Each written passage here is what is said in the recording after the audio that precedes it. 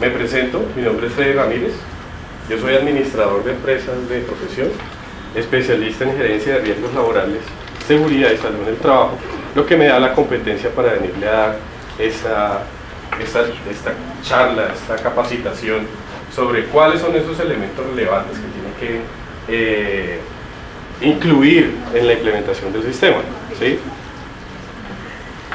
Para que lo puedan escuchar mucho mejor. Fíjense que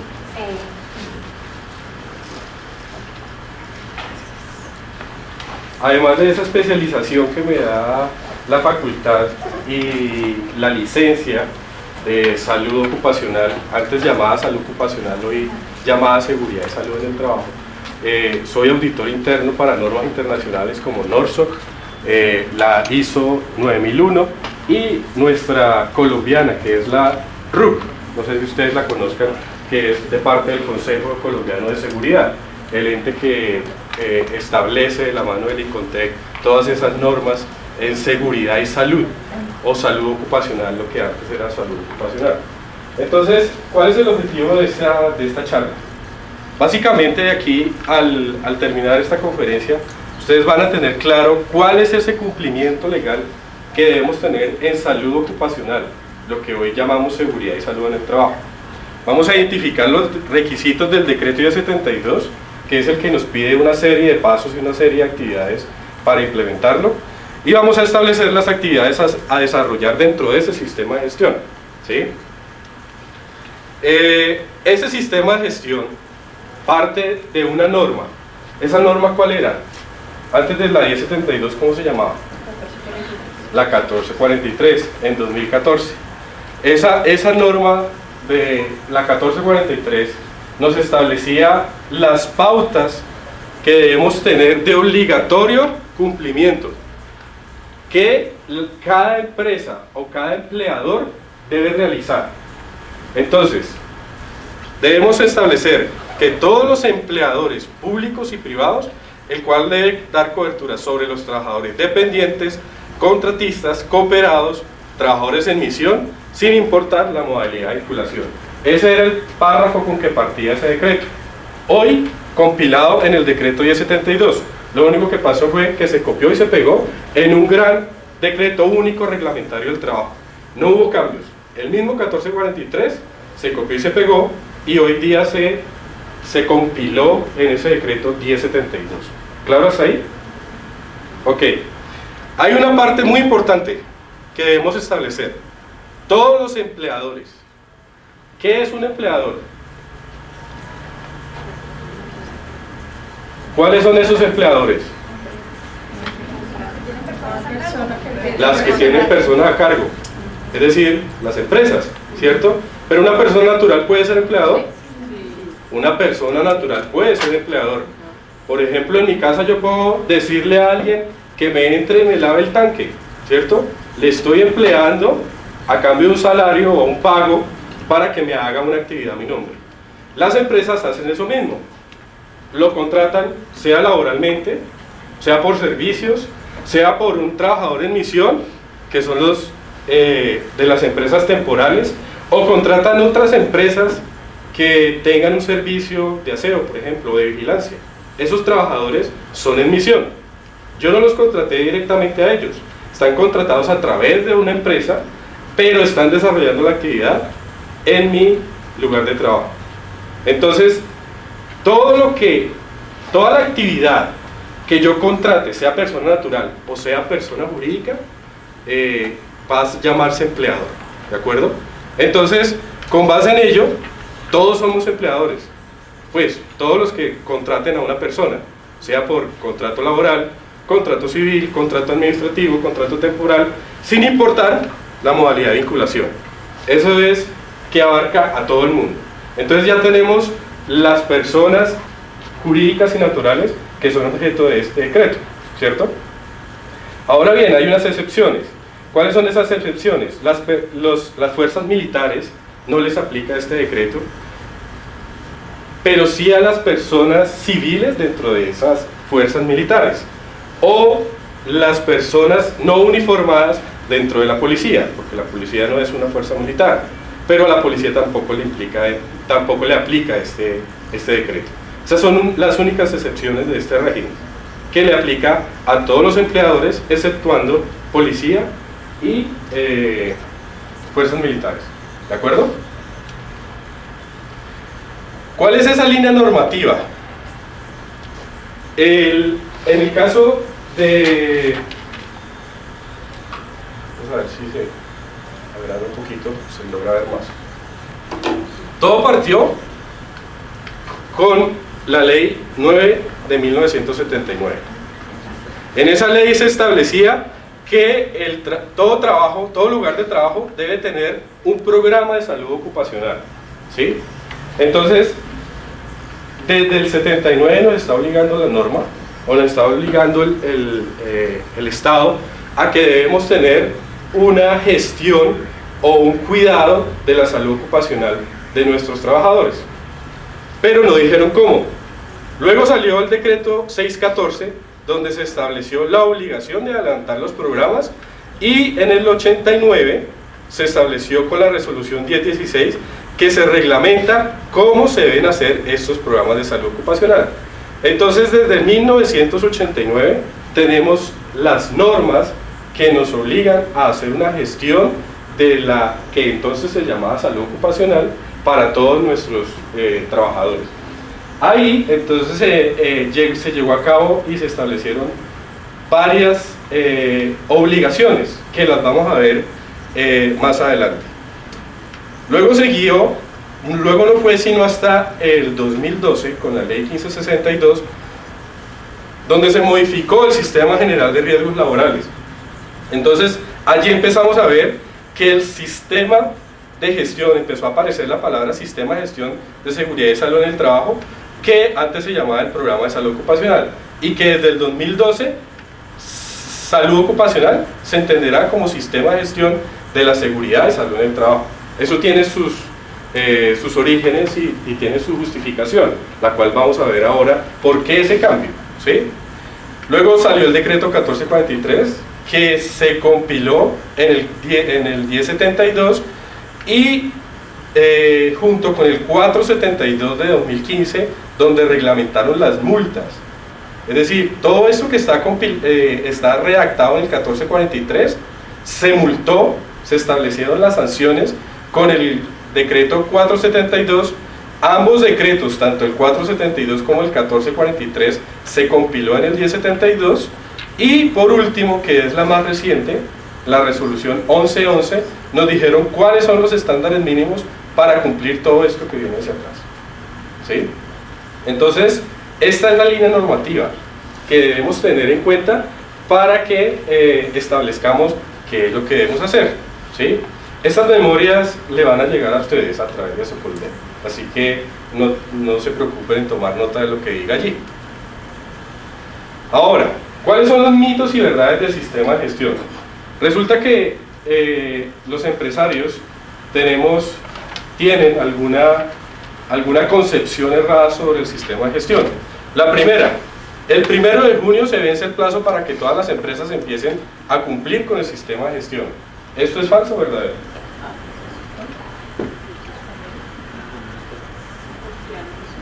¿Qué opinan? Pues lo que sucede es que las empresas deben demostrar cumplimiento en el sistema. Ya la ampliación no es como las fases que trae ahora desde la 052, donde dice que se amplía, pero pues el tema es no contar una fecha, sino que deben demostrar gestión, y lo que sucede ahora es que están por fases, digamos que lo ponen una clasificación por fases. De acuerdo, entonces que empiecen a cumplir es falso, ¿sí? Porque lo que se empieza es a realizar. A partir del 1 de junio se empieza a implementar esas fases que con la resolución 1111 nos establecen, y que vamos a ver más adelante, nos establecen de qué manera se implementa ese sistema de gestión, ¿sí? La segunda, el programa de salud ocupacional, ahora sistema de gestión, es un documento. ¿Ustedes qué opinión tienen al respecto? Falso, porque precisamente ya no se llama programa, sino es un sistema de gestión que es proceso lógico y por etapas que tiene el PHBA, entonces pues por eso estamos. De acuerdo, pero cuando se establecía el programa de salud ocupacional y tal vez los auditores iban a una empresa, les decía, muéstrenme el programa de salud ocupacional, y les sacaban el libro empolvado de por allá del libro, este es mi programa, ¿cierto? Y hay algunos empresarios que tienen la concepción que el programa es el compendio de documentos y que ya tienen sus documentos que bajaron por internet y solo le cambiaron el logo y el nombre y ahí ya tiene su programa, ¿sí? Pero resulta que el programa, como le indica, ¿me recuerda su nombre? María E. Montoya. ¿María? María E. Montoya. María E. es no solamente esa planificación que está en los documentos, sino realizar las actividades que yo planifiqué en esos documentos, que ya vamos a darle extensión a ese tema, ¿sí? Cuando se asigna al responsable de seguridad y salud, él será el único que responde. ¿Ustedes qué opinan? ¿Quién responde? ¿Quién es el responsable de garantizar la seguridad y la salud en cada empresa? Correcto. Es el empleador a través del representante legal quien debe responder por cada uno de todas esas actividades o lo que dejó de hacer o lo que hizo mal. Él es el único responsable. Es decir, el hecho de que él coloque un responsable de la seguridad y la salud no le está cediendo ese deber o esa responsabilidad suprema, general, de que solo lo que haga él y yo me lavo las manos. No, el empleador, es decir, el representante legal, que es la cabeza visible, la alta dirección, o quien responde y quien asigna recursos, es el que debe garantizar la ejecución de todas las actividades del sistema de gestión, ¿sí? Y mientras se hace transición del programa de salud ocupacional al sistema de gestión, estarán vigentes las normas anteriores a este último. ¿Ustedes qué opinan? ¿Sí? Entonces, esa es la única verdad que tenemos. En este momento, a partir del 1 de junio, no es que debemos empezar a cumplir. A partir del 1 de junio lo que debemos es organizar todo ese cumplimiento, que son unos temas legales, una normatividad que viene precisamente desde el 89 y que debe asegurar que se cumpla, y no por el solo hecho de decir que es que como yo tengo plazo hasta el 1 de junio, yo no puedo tener, por ejemplo, exámenes médicos, o es que yo tengo plazo hasta el 1 de junio de realizar la encuesta psicosocial a mis trabajadores, ¿sí?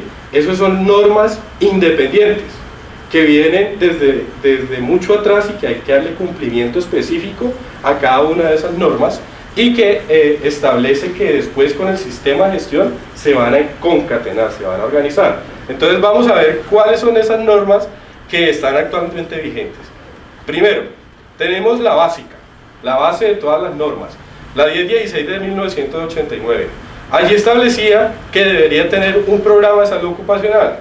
Entonces, el programa de salud ocupacional sí, estaba escrito y estaba diligenciado en un cuaderno, en un libro, pero allí tendría que enfocar la planeación, la organización y ejecución de las actividades. Desde 1989 estamos hablando de actividades, es decir, no son solamente documentos, sino ejecutar una serie de actividades que previamente fueron planificadas, se organizaron y también hay que evaluarlas. Antes entonces se establecía que era medicina preventiva del trabajo e higiene y seguridad industrial. Busca preservar y mantener las mejoras de la salud de los trabajadores en sus labores diarias. O sea, desde 1989 se está pensando en la salud ocupacional como una gestión para que las personas ni se enfermen, ni se accidenten por causa u ocasión del trabajo. ¿De acuerdo? O sea, desde 1989 está claro eso. ¿Qué más decía la 1016? Debería tener un programa de salud ocupacional que debe ir formado por el representante legal, que debería tener una persona encargada de desarrollarlo y que debería tener un cronograma de actividades. Entonces, y deberían estar actualizados y disponibles para la autoridad de vigilancia y control. Es decir, no ha cambiado nada a lo que dice hoy día la nueva norma 1072. Deben destinar recursos financieros y físicos, deben nombrar una persona encargada, debe tener un subprograma con personal idóneo para desarrollar ese programa de salud ocupacional y que debe extenderse a todas las jornadas a todas las jornadas y a todas las sedes, es decir, las personas que trabajan de día, que trabajan de noche y que trabajan en las seccionales, ¿sí? Eso está desde 1989, que va a tener unos subprogramas de medicina y preventiva y el trabajo.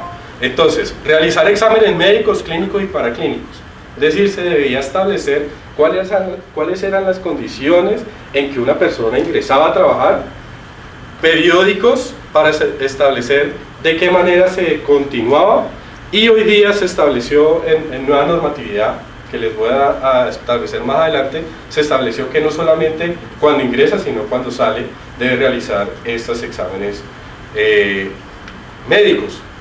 Debe desarrollar actividades de vigilancia epidemiológica. Cuando hablamos de actividades de vigilancia epidemiológica, es hacer el seguimiento de esos riesgos que hacen que causen enfermedades en las personas, en los trabajadores. Entonces debe estar plasmado en esa vigilancia. ¿Qué está enfermando a mis trabajadores? Y lo que se llama panorama, lo que era antiguamente el panorama de riesgo, ¿sí? Esos panoramas de riesgo hoy día se establecen con una guía técnica que es la identificación de peligros, la valoración de riesgos y la determinación de controles. Antes panorama de riesgo. Desarrollar las actividades de prevención en enfermedades profesionales y accidentes de trabajo. Hoy día cambió las palabras por enfermedades laborales y accidentes de trabajo. Educación tanto para los empresarios como los trabajadores. Investigar y analizar enfermedades ocurridas, ¿sí? Cada vez que una persona se me accidente, un trabajador se me accidente desarrollando la labor para la cual lo contraté o por la cual yo le estoy dando una orden también, debo investigarlo. Eso no es nuevo, eso viene desde 1989.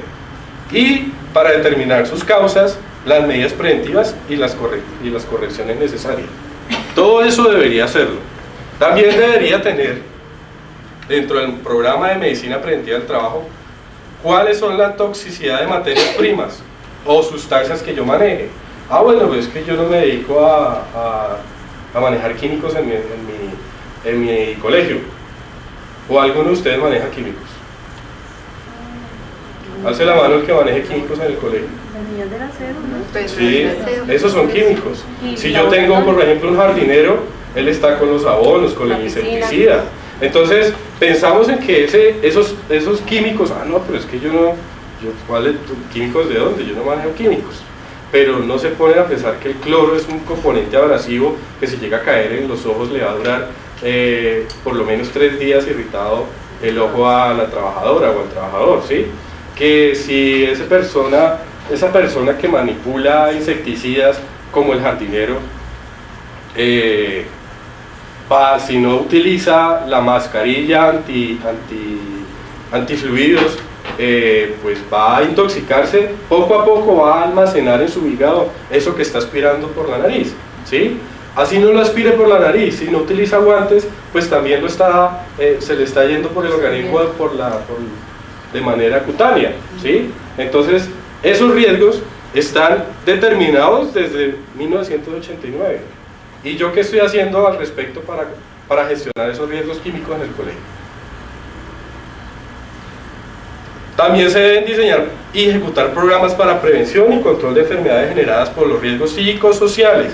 Desde el 89 están hablando de riesgos psicosociales. Esos riesgos psicosociales son los que tienen que ver con la afectación de la salud mental de los trabajadores por causa del trabajo, es decir, por carga laboral, por exceso de jornadas de trabajo, porque de pronto le están exigiendo más de lo que puede, porque le están exigiendo algo para lo que él no está capacitado, o simplemente hay un tema de acoso laboral donde le están sobrecargando de manera, le están sobrecargando trabajo de manera voluntaria, ¿sí? Entonces eso afecta a esos riesgos psicosociales. Y más adelante, desde el 89 lo estamos hablando, y en el 2008 lo normalizaron, lo reglamentaron, y ya les vamos a explicar en qué norma. Hay que tener servicios de primeros auxilios. Pensemos, en nuestras instituciones tenemos un botiquín, y además de tenerlo, sabemos a alguien que lo pueda utilizar, ¿sí? ¿Sabe alguien está capacitado y realmente certificado como brigadista? Que el día que se corte a alguien no vaya y le vacíe alcohol en la herida, ¿sí? Porque piense que como eso es desinfectante, ¿sí? Pero eso hace que el alcohol hace que las heridas no cautericen y las plaquetas se descompongan, y lo que hacen es que las heridas no cierren, ¿verdad? Entonces, primeros auxilios, no solamente tener el botiquín, sino tenerlo con los implementos que realmente se requieren, y que existan las personas capacitadas para desarrollar una atención primaria. Elaborar y mantener estadísticas de morbilidad y mortalidad, morbilidad, enfermedad, y mortalidad cuando alguien fallece, ¿sí? Coordinar rehabilitación y reubicación de trabajadores, es decir, el día en que un trabajador se me lesione y cuando se reintegre a su jornada laboral ya no tenga la misma capacidad de desarrollar lo que estaba haciendo, porque resulta que el golpe lo sufrió en la espalda y él se dedicaba, por ejemplo, a guadañar, ¿sí? A cortar el césped con la guadaña, ya no puede utilizarla. ¿Qué van a hacer con ese señor? ¿Sí? Está normalizado, está normatizado desde 1989 y más adelante lo reglamentaron, pero ese señor ni se puede despedir, ni se pueden desmejorar sus condiciones. Entonces tenemos claro qué vamos a hacer con ese señor. Promover actividades de recreación y deporte, pues que eso es lo que se hace como gestión de bienestar. Vienen los programas de seguridad e higiene industrial.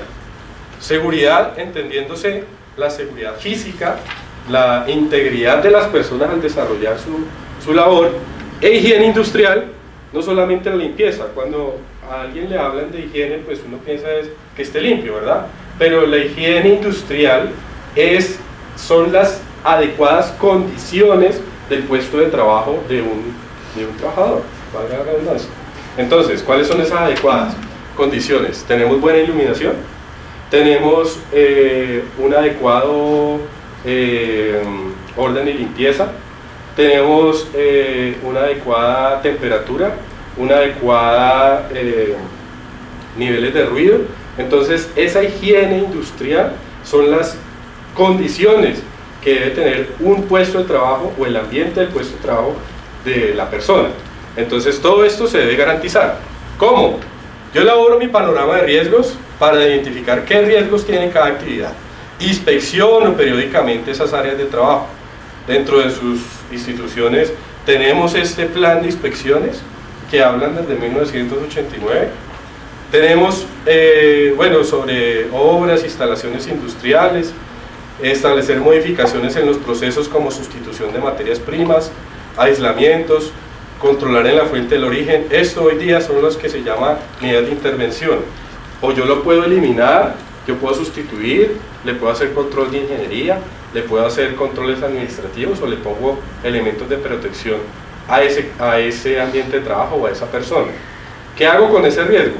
Están esas 5 opciones. O lo quito, pero yo no puedo quitar la guadaña porque como corto, ¿sí? O lo sustituyo, entonces ya no pongo la guadaña, sino lo pongo en un carrito a manejar el carrito, ¿sí? O le pongo controles administrativos que le indique la manera adecuada de manejar la guadaña. Los controles de ingeniería, que pues me le va a poner una guarda a la guadaña para aislar esa cuchilla y todo lo que puede levantar la guadaña hacia el trabajador.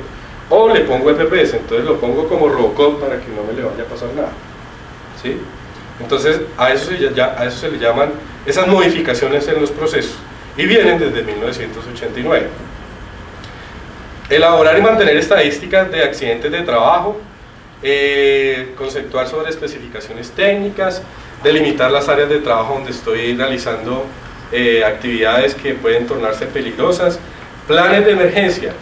Tenemos en nuestras instituciones planes de emergencia donde se establezca por ejemplo, cuál es la alarma en caso de un evento, qué eventos pueden ocasionar una emergencia dentro de las instituciones, quiénes son los brigadistas. Esos brigadistas están capacitados en manejo de extintor, manejo de primeros auxilios y manejo de evacuación y transporte de heridos. Esos brigadistas están entrenados y cada año se reentrenan. Los equipamientos que yo tengo dentro de mi institución son los que van acorde a ese plan de emergencias, es decir, mis extintores, yo tengo quien los revise cada mes para que no se me vayan a vencer, los reviso cada mes para que no se vayan a despresurizar y no me dé cuenta el día que los necesite no sirva, ¿sí? O que le den la inspección a ese botiquín que los elementos se me pueden vencer. Entonces, todo eso establece un plan de emergencia, ¿sí? Controlar la recolección y tratamiento de desechos. Entonces, hay alguna partecita de saneamiento ambiental, donde yo también, pues, preveyendo que no se me vayan a enfermar los trabajadores por algún tipo de residuos y suciedades, pues también debo garantizar que esos desechos se dispongan de la manera adecuada. ¿Cuál es la normatividad vigente al momento? Entonces, lo que hablaba del mito, resulta que algunas personas, algunos empresarios y algunas instituciones piensan que solo hasta cuando ya implemente el sistema de gestión es que yo empiezo a darle cumplimiento, a darle dotación a los trabajadores, a hacer las inspecciones, a tener el botiquín, a tener los extintores, etcétera, etcétera. Y resulta que este es el marco legal, pues, dentro de lo más relevante. La ley 979 con la resolución 2013, perdón, la ley 979, que es el Código Sanitario, y donde establecía allí que había una partecita para implementar el sistema, lo que era programa de salud ocupacional. La resolución 2013 del 86, allí me decía que debo tener un COPASO. Ese COPASO es el Comité Paritario de Salud Ocupacional. Lo conforman trabajadores que están designados en el caso que sean en una empresa menor a 50, va a haber solo uno, mayor a 50, hay unos rangos, ¿cierto? De 2, 3 y 4, ¿cierto? Es decir, que esos 4, 2 van a ser representantes por la gerencia, 2 van a ser representantes por el empleador, y esos a su vez tienen que tener sus suplentes. Entonces, que los representantes del empleador deben de estar elegidos por la totalidad o por la mayoría de los trabajadores, y que esa elección se debe hacer pues por voto popular o por como lo quieran realizar, pero que se evidencie que ese COPAS, hoy día COPAS, ¿cierto? COPAS, Comité Paritario de Seguridad y Salud en el Trabajo, el cual cambió con el decreto 1443, pero que existe en 1986, porque desde entonces no ha cambiado y es la misma figura. Debe existir unas actas, es decir, desde que se creó la institución o la persona jurídica, debe existir un acta mensual por la reunión de ese comité, y en el evento en que exista una visita por parte del ministerio, o en el peor de los casos, que exista un accidente grave o fatal, el inspector lo que llega a mirar de primero, bueno, muéstreme las actas y siénteme aquí a los del COPAS, ¿sí? Necesito hablar con ellos. Entonces, eso es esa es una de las primeras normas a las cuales el Ministerio de Trabajo le da competencia.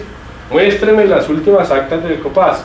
O sea, mes a mes ellos se debieron reunir para establecer determinadas actividades, ellos tienen unos deberes, esas personas se tienen que reunir para evidenciar o para darle seguimiento a lo que hace el empleador para cuidar las personas. ¿Cómo las cuida? Gestionando toda esa normatividad. Entonces ellos se reúnen, en un mes le dan seguimiento al riesgo psicosocial, en otro mes le dan seguimiento al riesgo biomecánico, qué se ha hecho de capacitaciones, si han existido accidentes, si hay alguien que se enfermó, todo eso se reúne mes a mes. Y esa es una de las principales normas que debemos tener hoy día, ¿sí? Independientemente del sistema de gestión. Seguido a eso, hubo una ley de 1993, que es la utilización de productos químicos. Luego existe, entre la 1530 del 96 y la resolución 1401 del 2007, se estableció de qué manera se investigan los accidentes de trabajo y las enfermedades laborales, que rápidamente les puedo establecer que ese 1401, que ya venía establecido en la 1016, decía que todo accidente se debe investigar. ¿Cuáles accidentes? Todo lo que suceda dentro de las instalaciones, que independientemente de lo que suceda, se debe dar unas pausas de cuáles fueron esas causas. No, bueno, es que la señora del aseo se nos cayó y se resbaló. ¿Por qué? Ah, bueno, porque es que estaba mojado el piso. ¿Por qué? Porque no tuvo en cuenta las normas básicas de seguridad, que es el manejo de un piso mojado. ¿Y por qué? Porque no existía un procedimiento que le indicara esas pautas. ¿Y por qué? Porque es que no hay una persona que lo diseñe. ¿Y por qué? Porque es que aquí no tenemos sistema de gestión o programa de salud ocupacional. Entonces, siempre ir a la causa raíz. ¿Por qué? ¿Por qué? ¿Por qué? ¿Por qué? ¿Por qué? No, se nos cayó porque se resbaló. Eso no puede ir en una investigación, ¿sí? Entonces, hay técnicas. Y esta resolución 1401 establece que hay que identificar no solamente las causas inmediatas, que fue la caída por falta de tal vez un calzado adecuado, sino que establecer más allá por qué pasó ese accidente para que eso no se vuelva a repetir y se establezca una acción correctiva. Es decir, la acción correctiva en ese caso es que exista una persona responsable que gestione ese riesgo para que eso no vuelva a pasar, ¿cierto? Entonces, esa resolución 1401, además de establecer que hay que analizar las causas raíces, nos dice que tenemos que reportar los accidentes graves. Ah, pero ¿cuáles son los accidentes graves? La misma resolución establece que los accidentes graves van a ser aquellos donde se fracturen huesos largos, donde hayan lesiones a la columna, donde hayan aplastamientos de mano, donde haya golpes cráneoencefálicos, donde haya lesiones en un ojo o en un oído. Ellos van a ser donde hayan quemaduras de segundo y tercer grado. Esos van a ser lesiones graves, accidentes graves. Ah, bueno, pues es que la señora de la cocina le chispeó una gotica de agua y se quemó un poquito en la mano, pero esa gotica de agua le causó una ampolla. La ampolla significa que tiene una quemadura de segundo grado y solo esa ampollita ya le está diciendo que es un accidente grave, ¿sí? Entonces eso se tiene que investigar, se tiene que reportar a la ARL y se tiene que entregar en un plazo de 15 días calendario la investigación del accidente, ¿sí? Entonces eso nos dice la 1401 desde el 2007. Nos habla que tenemos una ley que se llama la ley 10 de 2006, el acoso laboral. En ese entonces establecieron cuáles son las causales o cuáles son los comportamientos o conductas que nos dan lugar a un acoso laboral. ¿Y qué pasa con ese acoso laboral? Ese acoso laboral castiga y sanciona a la persona que esté acosando a alguna otra persona o a su compañero. Ese acoso laboral se puede dar o entre pares, compañeros, o el jefe a su compañero, a su subalterno y viceversa, ¿sí? Y para ello se establece más adelante que debe establecerse una gestión del riesgo social, psicosocial, donde allí tenemos que tener un comité de convivencia. Ese comité de convivencia es muy similar al COPASO, antiguo COPASO, y se debe reunir cada 3 meses, y ese debe tener actas, y debe tener también evidencias que se reúnen, y también lo van a pedir el día que haya un problema, y en el caso hipotético, por ejemplo, que un trabajador renuncie y empiece a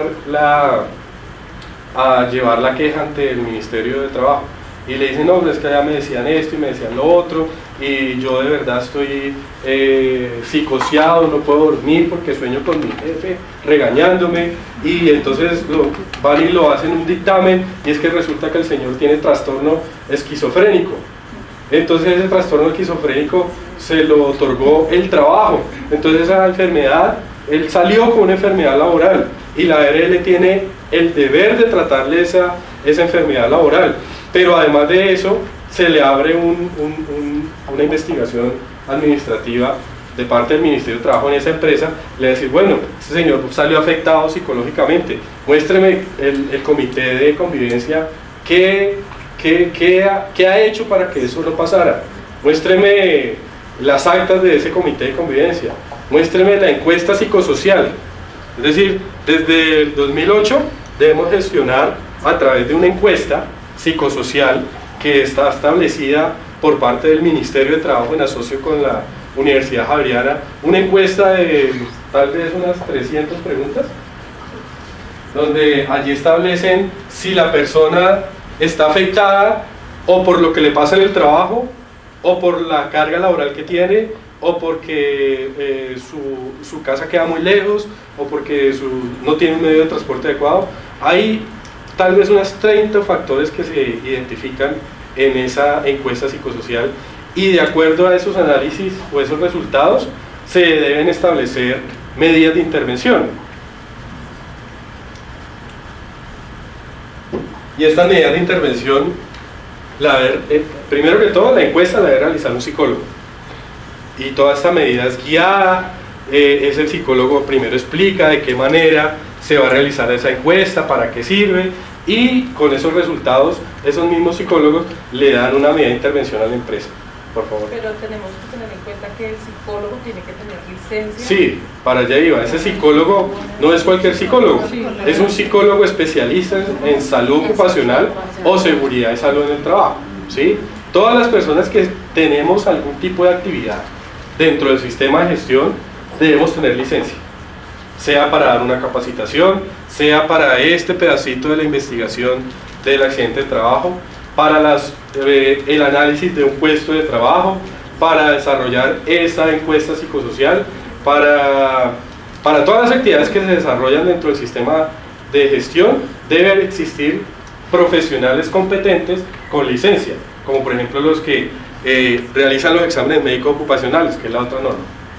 Disculpa, digamos en el caso de nosotros los colegios, normalmente uno tiene el psicólogo, ¿sí? El psicólogo del colegio. Esa persona que tiene su título como psicólogo puede tomar la atribución de darle la explicación, de dar el análisis a los compañeros de la encuesta, ¿o no? No, necesariamente tiene que ser especialista en salud ocupacional, o si no, la encuesta no es válida, el ejercicio que se haga no es válido, porque todo tiene que ir contrastado con un soporte. Esta actividad la hizo este profesional y esta es la licencia, esta actividad la hizo este profesional y esta es la licencia, y todo eso se debe guardar, ¿sí? Todos los profesionales que estamos incluidos en el sistema de gestión debemos tener licencia. Entonces, ¿hasta aquí alguna pregunta? Dime. Para las personas que manejan el programa de salud ocupacional o el sistema de gestión de salud en el trabajo, ¿cuánto es lo mínimo en capacitación para poder ejercer, ejemplo, la función de una investigación en un accidente laboral? Lo que sucede es que la resolución 1401 establece un equipo investigador para que se lleve a cabo esa investigación del accidente de trabajo. ¿Quién lo compone ese equipo? Debe estar un representante del COPAS, debe estar el jefe inmediato del trabajador accidentado, si existe el supervisor que estaba ya en el evento donde se desarrolló, ¿sí? La persona que estaba supervisando el área donde existió el accidente puede ser la misma persona. Debe estar el responsable de salud ocupacional dentro de la empresa, pero si el accidente es hasta ahí, esos 4. Pero si el accidente es grave, debe haber un profesional con licencia, que es el que hace la investigación, ¿sí? El que debe garantizar que la investigación se realice y se establezcan las acciones correctivas necesarias para que ese accidente de trabajo grave o fatal no vuelva a pasar. O sea que el rango mínimo debería ser un técnico de salud ocupacional. ¿Podría ejercer la función? Esos rangos yo te los voy a explicar más adelante con la resolución 1111, que es la que ya nos establece quién puede hacer, pero en general todos tienen que tener licencia, desde un técnico.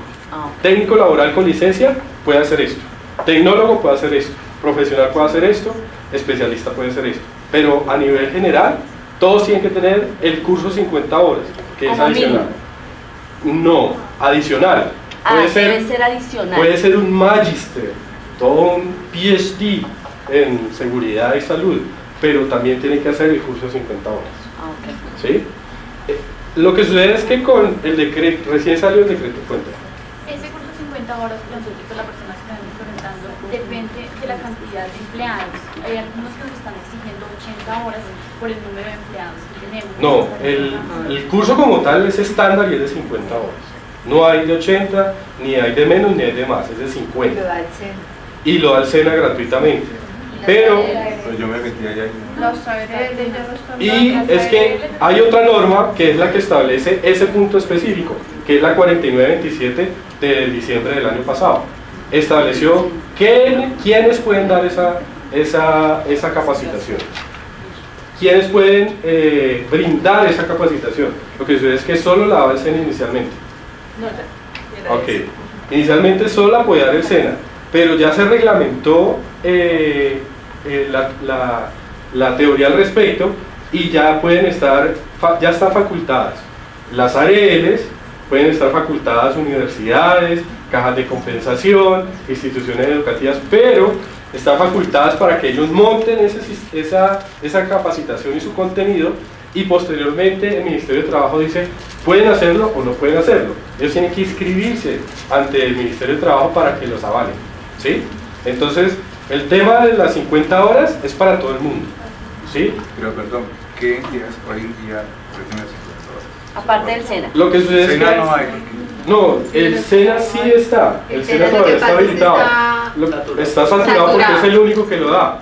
Lo que sucede es que cuando nació el tema de las 50 horas con el decreto 1072, dijo, es que el decreto, las 50 horas es para las personas que son responsables en cada empresa de seguridad y salud. Entonces salió la niña, la persona que maneja gestión humana, es decir, pues en una empresa pues puede ser una psicóloga, pero en una empresa pequeña puede ser la niña que es auxiliar contable, que desarrolla su nómina y que hace los pagos de seguridad social. Entonces dijo el gerente, Rosita, te nombro responsable de seguridad y salud porque lo dijo el decreto 1072. Haga el curso y Dios la bendiga, ¿sí? Entonces ya se sentían que tenían ahí ya el responsable y que ya lo tenían todo y cumplían todo, ¿cierto? Pero ya con esta nueva legislación, con la 4927 del año pasado, de diciembre del 2016, que está por acá, ¿sí? Y con la estándares mínimos para seguridad y salud, dijeron, no, Rosita no puede desarrollar eso porque ella no tiene la competencia, no tiene el estudio suficiente para que pueda desarrollar un sistema de gestión, ¿sí? Entonces, pues, a criterio propio, yo veía que pues, una persona que sin desmeritar se dedicaba al pago de la nómina y al pago de seguridad social y solo el manejo contable, pues fuera a hacer un sistema de gestión así sea para una empresa pequeña, pues no pudiera porque no tenía la competencia necesaria si hiciera el curso de las 50 horas, que es 5 semanas, ¿sí? Entonces con 5 semanas una persona no puede desarrollar ese sistema, y sobre todo que digamos, la responsabilidad de fondo puede llegar a ser hasta penal.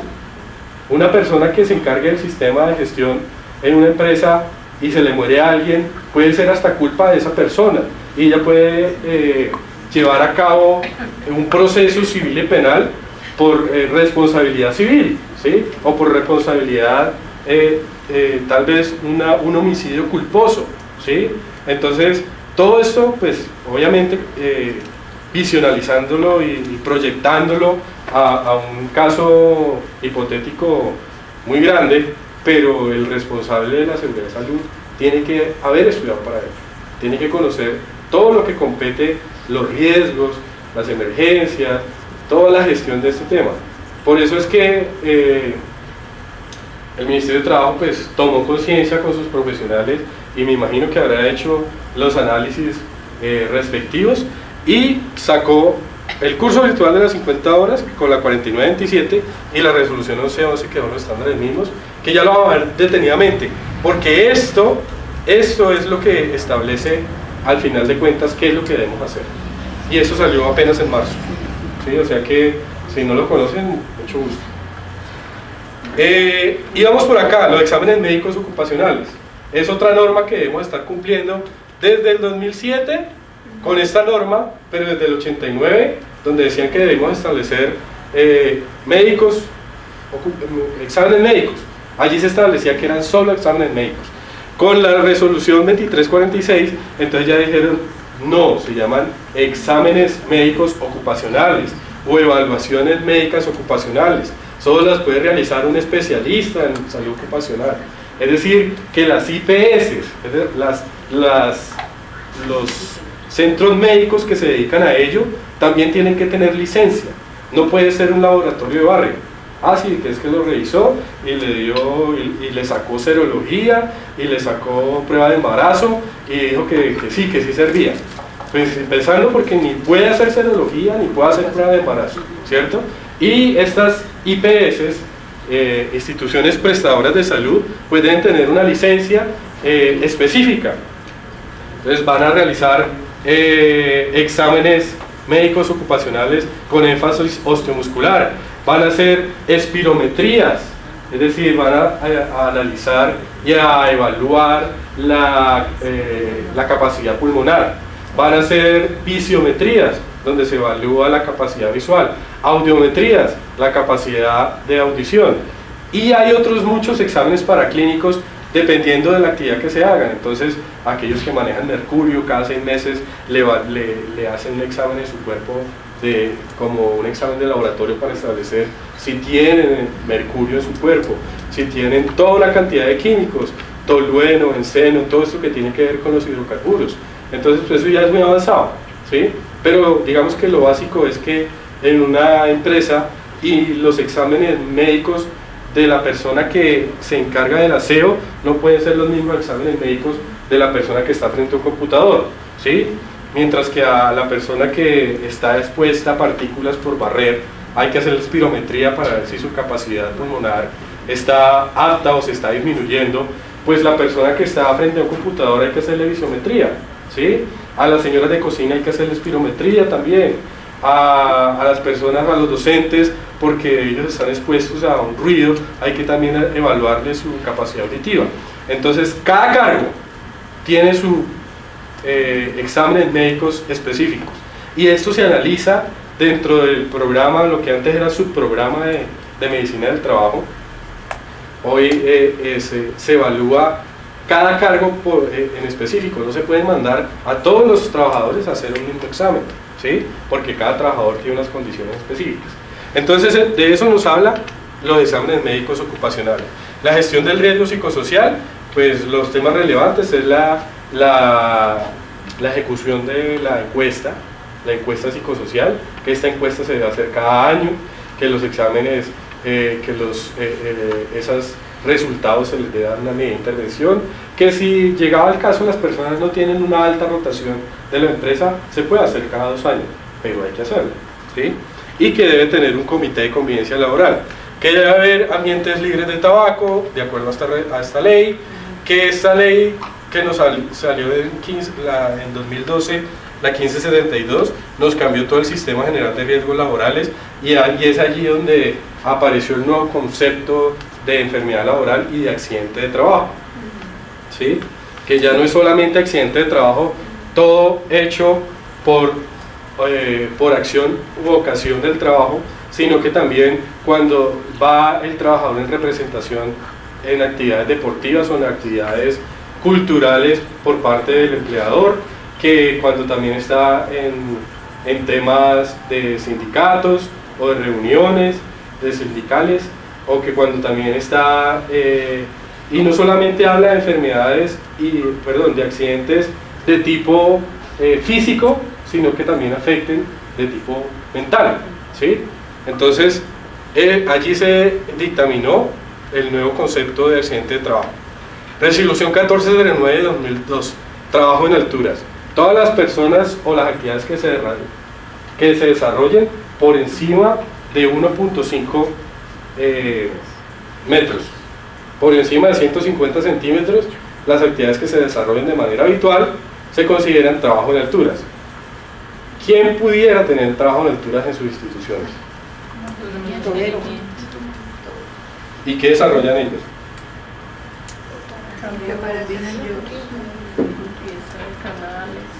Ellos se suben a techos, podan árboles, limpian canales, pintan. Eso, son las personas de mantenimiento. Y yo les tengo ese certificado de trabajo en alturas, y yo les tengo una línea de vida certificada, y yo les tengo un arnés certificado, y yo les tengo ese curso que se vence cada año, que hay que hacer entrenamiento. Eso todo lo dice esa resolución, y de ahí para abajo las resoluciones del tema de trabajo en altura son por lo menos unas 4 más, ¿sí? Entonces, el día que suceda un evento con ese señor y no tenga arnés o no esté asegurada una línea de vida certificada, está infringiendo esta norma, la 1409 de 2012, y si se llega a lesionar o en peor de los casos fallecer, pues ¿quién va a ser el responsable? El empleador.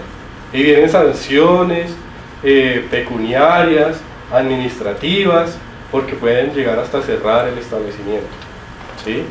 Entonces, eso hay que tener, ese es uno de los riesgos críticos que se ha identificado en las instituciones, ¿sí? En las instituciones educativas, donde tienen un todero que eso es para hacer de todo y suba hacia donde pueda, ¿cierto? Y en diciembre hasta se suben a montar las lucecitas y todo por fuera de ley. Un apunte para decir de eso del trabajo natural. No es solo que él tenga el permiso, o sea, tenga curso, sino que la persona que está encargada del sistema de gestión debe darle un permiso para subir. O sea, y que entre otras, si es una actividad rutinaria, debe haber un coordinador de trabajo a la altura. No, siempre debe haber un coordinador, así no sea rutinaria, porque el coordinador es el que tiene que estar vigilando a la persona. O sea, si solo hay un todero, entonces la persona encargada del sistema de gestión debería ser la coordinadora de alturas, que es la que le va a firmar el permiso, porque si no, no se puede. Eso en temas donde las actividades están muy bien organizadas. Pero imagínate, lo mismo pasa con los contratistas. Sí, claro, imagínate, por ejemplo, el todero a quien le firmó un permiso de trabajo en alturas para limpiar la canal, donde ustedes pueden tener esa actividad, donde le firman el permiso de trabajo para subirse a limpiar la canal. ¿Quién le firma? El jefe inmediato y tiene los cursos correspondientes. ¿Y si lo hace? Y tiene formato y todo. Entonces a eso hay que, ese es un punto para que empecemos a tener en cuenta dentro de nuestros riesgos críticos, ¿sí? Así no sean rutinarios, donde de manera habitual o dentro de sus funciones el señor se tiene que subir por encima de 1,5 metros y puede causarle una lesión grave y hasta la muerte, y ahí es donde vienen los problemas, ¿sí? Luego establecemos el RETIE, que es el tema de electricistas, que desde el 2008 y con la resolución de 2013 del Ministerio de Minas establecen quiénes son las personas que pueden meterle mano a las líneas energizadas. Entonces volvemos a lo mismo, el todero es el que va y establece y hace las conexiones de electricidad, hace las conexiones que, bueno, hay que correr esta lámpara, entonces se sube 1,5 metros, desconecta y vuelve y pasa y todo. Pero resulta que esa resolución que vemos ahí del RETIE debe tener, todas las personas que establecen un trabajo con electricidad deben estar certificados por el Consejo Técnico Electricista. Ese es el certificado CONTE. ¿O el SENA también? El SENA los capacita, pero una vez capacitado tienen que ir al CONTE para que le den la matrícula. Se llama, que es el Consejo Técnico Electricista, quien les da esa competencia de poderle meter mano a las líneas energizadas. Y hay 6 categorías, a los que alta tensión, baja tensión, electrodomésticos, bueno, etc. Entonces ellos tienen que solicitar la matrícula CONTE ante el Consejo Técnico Electricista para que puedan hacer mantenimientos en el tema eléctrico.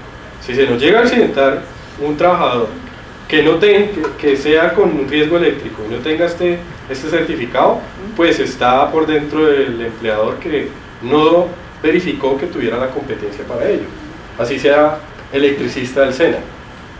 ¿Dime?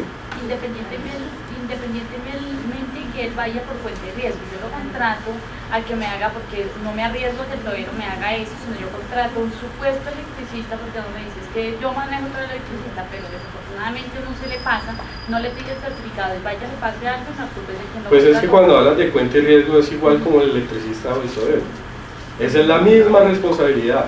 Lo estás contratando por un evento ocasional, pero lo estás contratando y automáticamente se convierte en trabajador y automáticamente el responsable es el empleador, ¿sí? Es independientemente de la modalidad de vinculación. Entonces estas competencias se tienen que pedir a todas las personas que yo vaya a subir. Yo no puedo decir, súbase y yo no lo miro, ¿sí? Por cuenta y riesgo suyo se está subiendo, ¿sí? No, es cuenta y riesgo mío cuando yo los contrato. Entonces ya no puedo pensar que yo contrato a alguien por cuenta y riesgo propio. No, eso ya no existe. Eso en cuanto al tema electricista. Los contratistas independientes, que es lo que te estoy diciendo.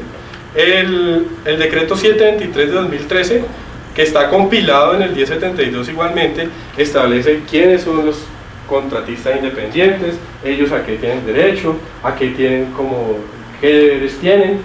Yo les tengo que exigir y garantizar las mismas condiciones que yo tengo a mis trabajadores contratados directamente. Ellos también tienen que tener un examen médico ocupacional, es decir, a ese contratista que yo estoy llamando para que me monte la red eléctrica, así sea por 2 horas, él me tiene que mostrar que tiene un certificado de aptitud ocupacional, que es lo que llamamos exámenes médicos acá.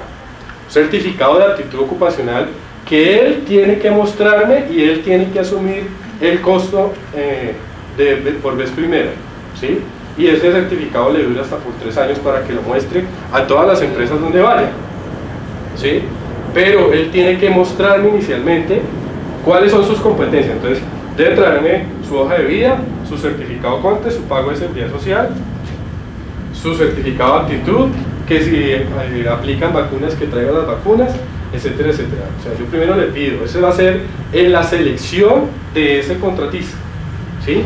A todas las personas, así como yo las selecciono cuando las contrato directamente, yo tengo que hacer el mismo proceso para esos contratistas. Y hay una partecita que ya vamos a ver en el tema del sistema de gestión de la seguridad. Hay un capítulo, hay 2 artículos específicamente dedicados, uno a adquisiciones y otro a contrataciones. El PERS, que les aplica a las instituciones que manejan vehículos. El decreto 1072, cuando nació, que compiló el 1443. Los criterios de graduación de multas, que está compilado igualmente en el 1072. Allí dicen las multas y más adelante se las muestro. La afiliación voluntaria a los sistemas de riesgo laborales, es decir, a los independientes, que hay un espacio muy específico en esta resolución 1111, donde la están reglamentando. El curso virtual de las 50 horas, entonces allí en la 4927 establecieron quiénes son las personas que deben hacerlo, empezando por el responsable de la institución o de la empresa, y ponen como de manera no obligatoria, pero sí a consideración, que de la empresa, que lo deben hacer los brigadistas, los integrantes del COPAD, los integrantes del comité de convivencia y las personas que están involucradas directamente con el sistema de gestión. Deben hacer ese curso de 50 horas, que por ahora solo lo dicta el SENA, pero que lo pueden dar las ARL, lo pueden dar las cajas de compensación, instituciones educativas que se habiliten para ello, lo pueden dar UBAES, lo pueden dar universidades, etc. O sea, lo pueden dar las personas jurídicas que se dediquen a ello y que puedan demostrar que ese contenido lo pueden manejar de manera virtual, y que una vez se registren ante el ministerio le avala que pueda desarrollar esa capacitación. Que con la 052 ampliaron el plazo, ¿sí? Los vencimientos, el vencimiento estaba para enero de 2017, y con la 052 dijeron no, a partir del 1 de junio. Y estos estándares mínimos que salieron en marzo de este año y establecen qué es lo que debemos hacer para cumplir el sistema de gestión. Señora. Perdón, yo quisiera como una aclaración nuevamente. El curso de 50 horas es para el responsable del manejo del sistema. Y ya también es para otras personas, no es solamente para el responsable. Es que la norma no dice que es de manera obligatoria para ellos. Dice que sí es de manera obligatoria para el responsable. Y además de eso, acá en la resolución 1111 establece que lo tienen que hacer quienes diseñan, quienes implementan y quienes administran el sistema de gestión. El 1111 ya dice que todos ellos. Que todos ellos. O sea, las personas que nos dedicamos no solo a administrar, sino a diseñar e implementar. Que una persona sin ese curso y entre otras cosas ya no puede meterle mano a un sistema de gestión, ¿sí?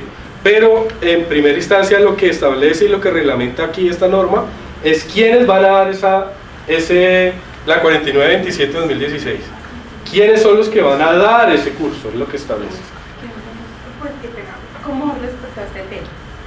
Si yo, por ejemplo, le digo al COPAS que me dé un apoyo en las inspecciones que yo tengo planeadas y recibir una capacitación por parte de la ARL u otra persona, más no tienen el curso, sí, porque digamos que así se le ha dado ese manejo en la institución, sí, no necesariamente tienen que tener el curso. No, es que de entrada te digo que el COPAS... El debe es que deben tomar los No, no establecen que es obligatorio para el COPAS. Estaría para el COPAS no es obligatorio. Es opcional. Es opcional. Está dirigido a ellos también, para que se involucren. Pero el COPAS, pues te digo que no es que si quiere apoyar al responsable.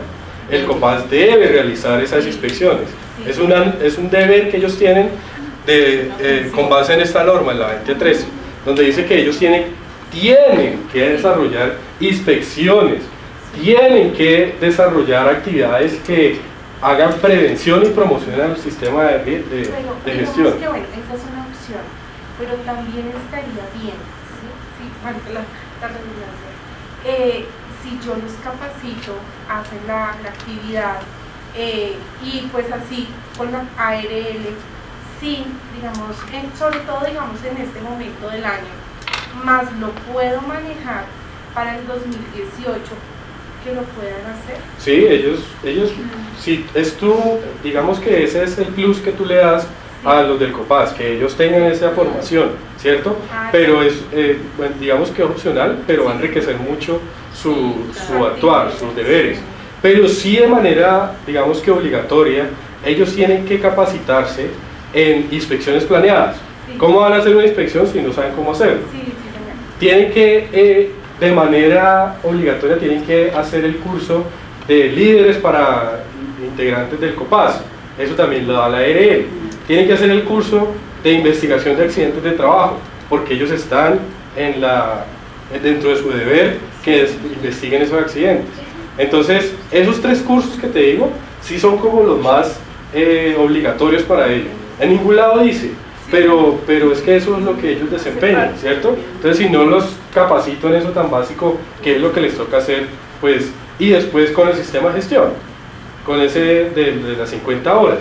Aunque ese curso para ellos les va a indicar, va a ser muy importante, porque ellos van a conocer qué es lo que tienen que auditar, porque el COPAS es como el vigía, el auditor de la persona responsable de seguridad y salud. El COPAS, dentro de sus deberes, tiene el seguimiento, la inspección, como la veeduría, que todo lo que dice el sistema se haga, que si se programaron capacitaciones se realicen, que si se programaron inspecciones se realicen. Entonces, eso sí les va a servir a ellos, porque van a tener un panorama de qué es lo que van a hacer veeduría, a hacer interventoría, ¿cierto? En ese espacio sí les sirve a ellos.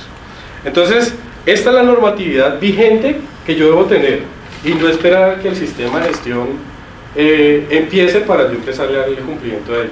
Porque en una inspección, en cualquier momento de la oficina de trabajo, puedo recibir sanciones pecuniarias y administrativas por la falta de cumplimiento de este marco legal, que es el más básico. Porque si llevamos la matriz legal, que es uno de los componentes del sistema de gestión, es todo el compendio de normas que yo tengo que cumplir en seguridad y salud, adaptadas a mi labor, ¿sí? Entonces, básicamente una matriz legal puede tener 1000 celdas, en 1000 campos, donde allí están relacionadas las normas que yo debo cumplir. Esas son las más generales, ¿sí? Las más relevantes, lo más general que yo debo establecer para tener lo mínimo y no tener un incumplimiento ante una visita del ministerio o ante un proceso administrativo que me abran por sanción, por accidente, por enfermedad. ¿Hasta aquí alguna duda?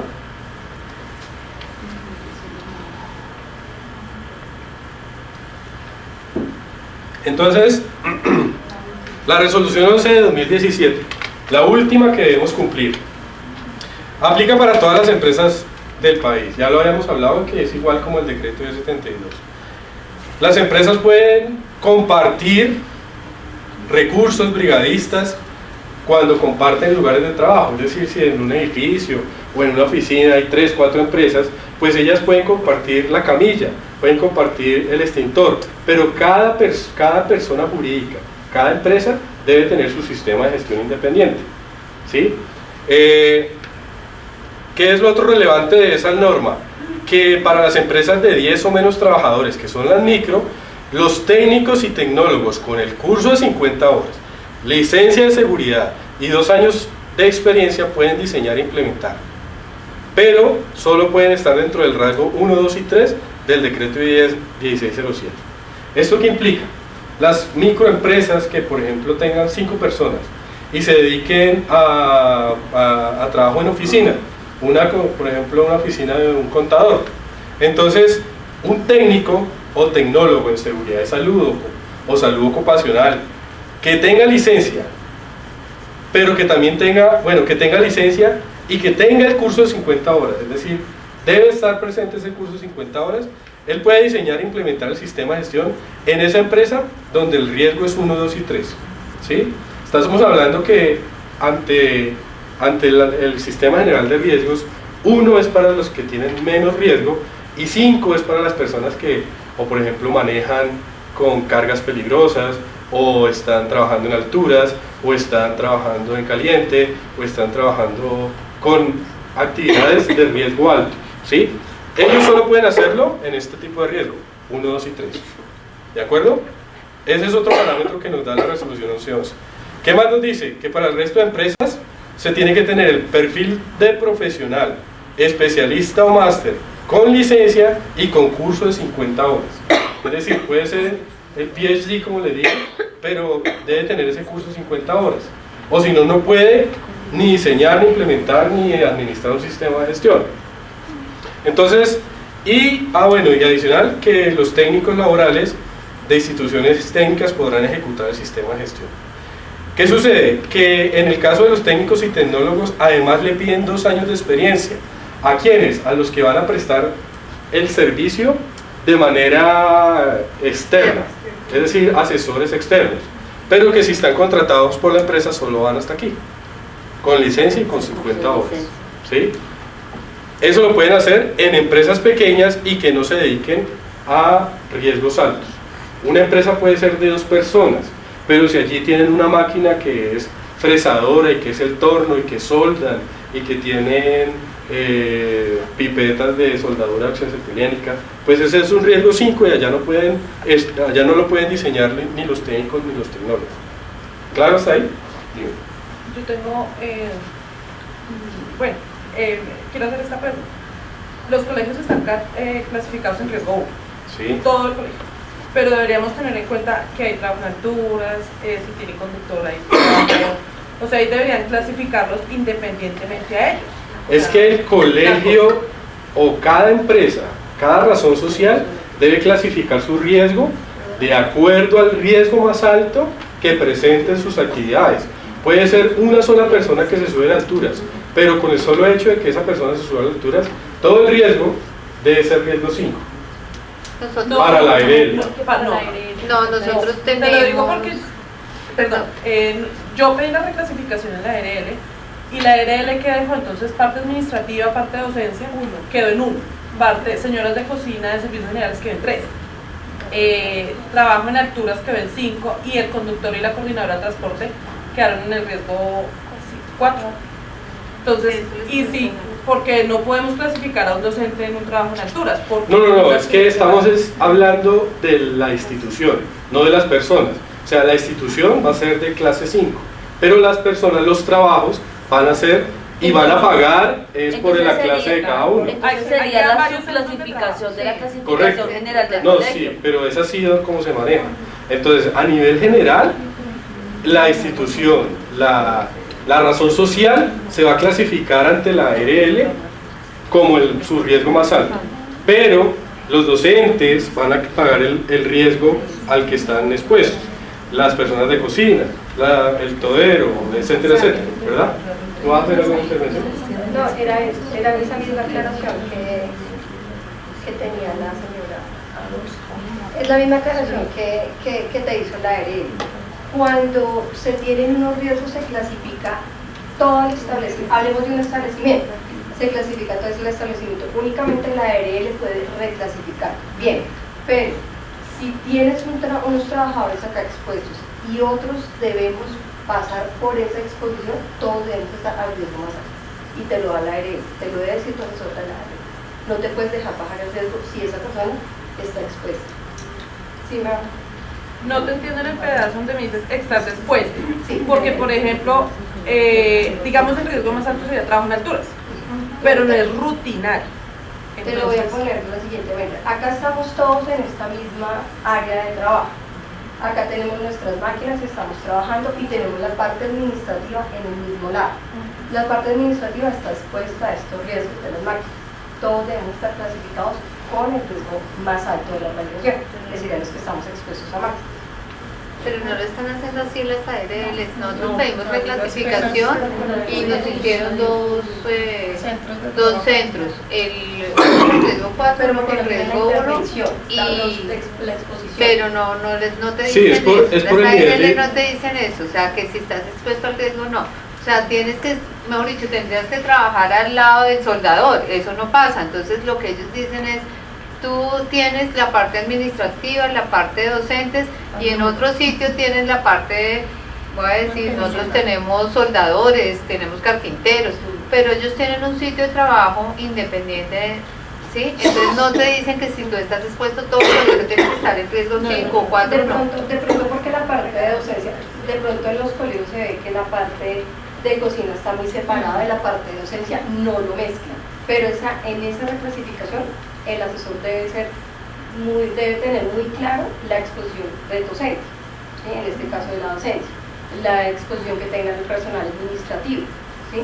Que no están en la cocina, no es necesario que lo reclasifiquen a ese riesgo del docente al riesgo de la cocina, no es necesario, ellos lo van a evaluar y lo reclasifican. Sí, es que es muy específico el análisis que hay que hacer. Sí, por eso, pero hay como la duda, porque nosotros quedamos en riesgo 1, sabiendo que tenemos también riesgo alto, que es el de trabajo en alturas y de conductor y la coordinadora de transporte. Pero ella me alcanzó a hacer la aclaración que tú dices, la empresa como tal está en riesgo 1 con diferentes centros de trabajo, aclarando que tenemos riesgo de alturas, no nos quedó el más alto, sino porque somos más en el riesgo 1 que no en el pero porque te lo abrió por centros de trabajo. Si está bajo el mismo centro, vamos al riesgo más alto. Y si te lo clasifica por centros de trabajo, claro, están en la libertad de dejar el riesgo de acuerdo a la clasificación. Teniendo en cuenta que solo somos un colegio, no tenemos ninguna sede. Entonces ella lo que hizo fue abrirnos los centros de trabajo con una sola NIF y con una sola dirección, sí, digámoslo así. Pero te lo abren por centros de posto, o sea, pero únicamente se puede abrir centros de trabajo cuando así sea el mismo, así como estamos acá. Estamos en un solo establecimiento, pero tenemos dos entradas. Aquí me ingresan unos, aquí me ingresan otros. Si tengo expuestos los trabajadores al mismo riesgo, todos nos vamos por el riesgo más alto. Pero acá tenemos dos entradas y tenemos delimitado, decimos, de aquí pasan estos trabajadores y por allá ingresan otros trabajadores con su riesgo y su labor. Este es el centro de trabajo, no es porque tengamos diferentes colegios, no, yo tengo colegios CSS, sí. No, puede ser lo mismo, pero lo tenemos con diferentes ingresos. Nosotros, solo hay un todero, ¿sí? Nosotros pedimos la verificación, 3 visitas de la ARL y nos dejaron en riesgo 1. Al todero. Sí. Y hay que establecer qué actividad desarrolla. Es que por el solo hecho de manejar alturas tiene que ser 5. Pero eso también lo O sea, hacen, pero no lo eso reclasifican. también lo hacen, lo dejan solo en uno. Si lo dejan en uno y nosotros hemos tenido, porque en el momento en que nos pase uno, la ARL va a decir esto no es un, porque ahí mismo la misma ARL le dice a uno, no, es que esto no es riesgo 1 y estamos pagando sobre riesgo 1 y tenemos resolución de la ARL que nos certifica riesgo 1, o sea, uno hay como empleado, no puede hacer Ese nada. sí es un mal manejo de la ARL. Pero tú el no problema se ve cuando existe un tú accidente. puedes hablar con la ARL y pasarlo a riesgo 4 o 5, el que sea. No lo reclasificó. Pero vuelve y hable con la ARL y uno puede pagar con el riesgo que es, porque después cuando pase el accidente no te lo van a cubrir. Más que la ARL es el asesor que tiene que asignar. la gestión de ese asesor. Pasa unos derechos adicionales Eso les iba a decir, más derechos que son directamente. de pronto al finalizar, él le toma sus datos y le remite un correo modelo para que usted se remita a su ARL y de pronto pueda hacer una gestión.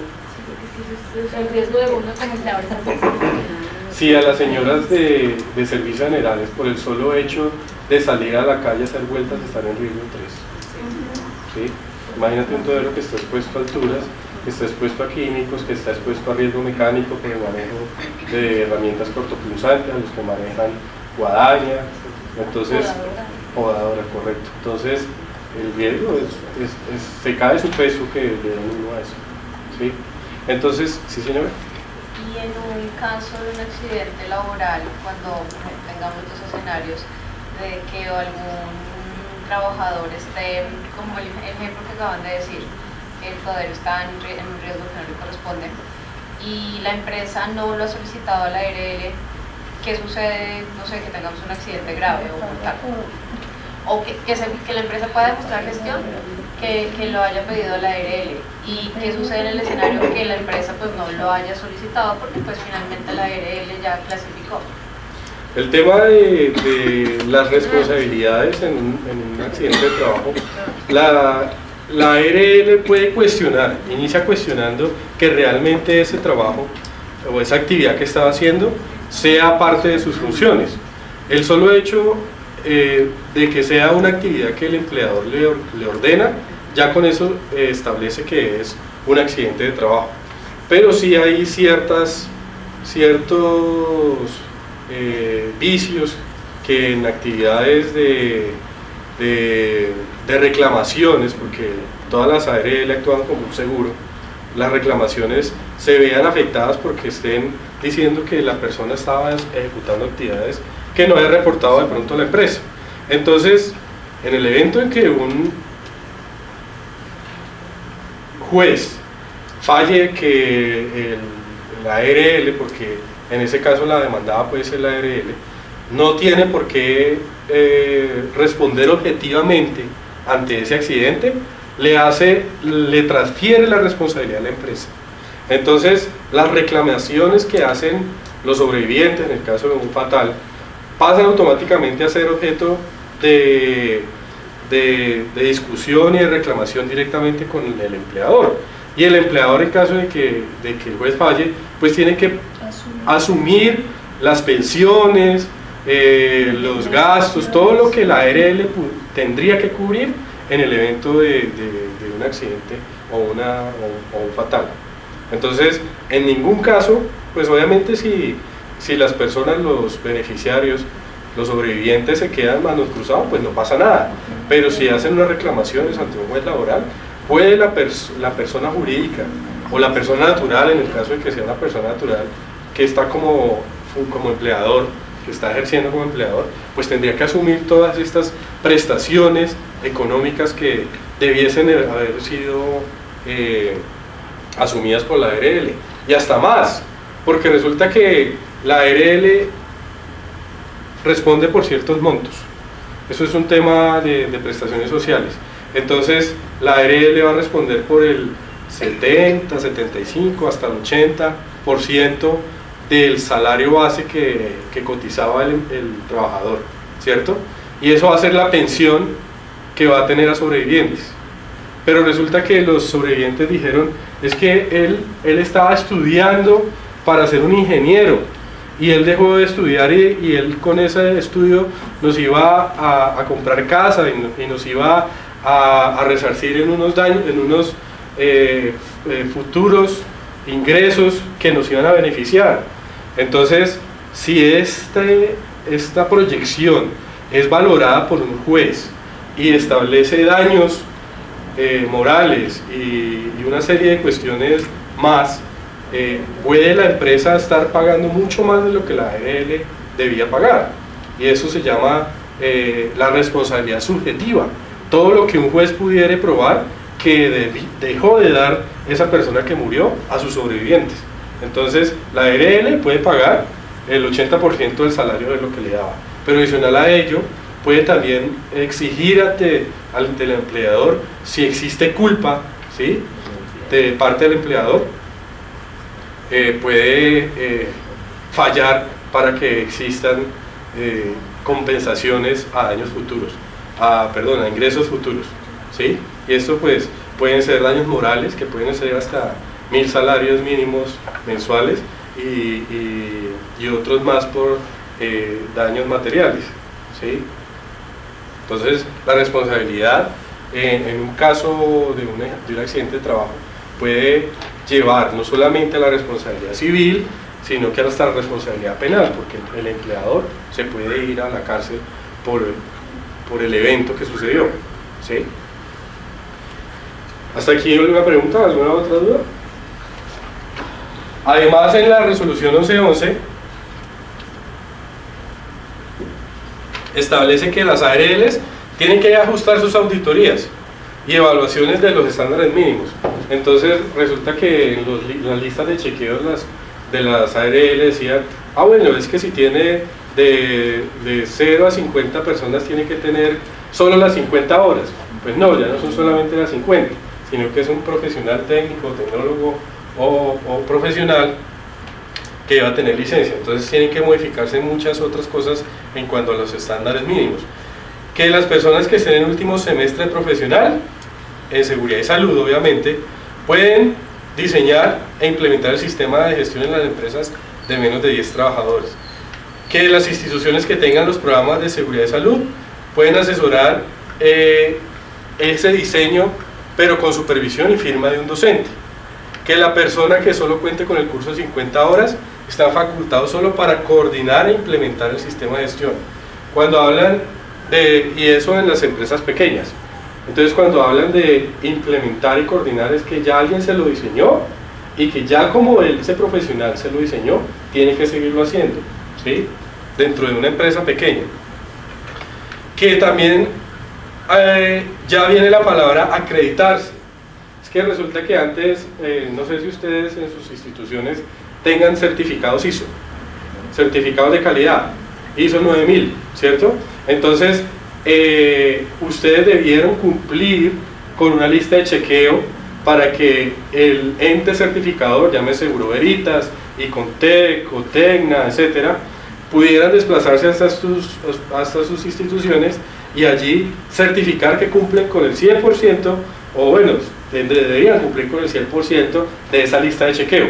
Entonces, se certificaron, y yo tengo mi certificado en ISO 9001, y al año vienen y me lo revisan para que ese sistema no se haya caído, y cada 3 años vuelven y cambian el certificado, y no solamente en ISO 9001, sino que también existe la ISO 14001 y la OSAS 18001, ¿cierto? Entonces a mí me dan un certificado, pues el modelo es el mismo, aquí se llama no certificado, sino acreditación. El Ministerio de Trabajo puede ir a acreditar mi sistema de gestión si yo cumplo el 100% de todo lo que habla el sistema de gestión, y que también pasan y lo revisan y lo habilitan, y que si yo me acredito con el Ministerio de Trabajo voy a tener unas disminuciones de prestaciones de pago ante la ARL. Eso sí ya es algo reglamentario que salió con esta resolución. También indica que las empresas que se afilien de manera irregular a Seguridad Social podrán recibir sanciones. Entonces, ¿cuáles son esas maneras irregular?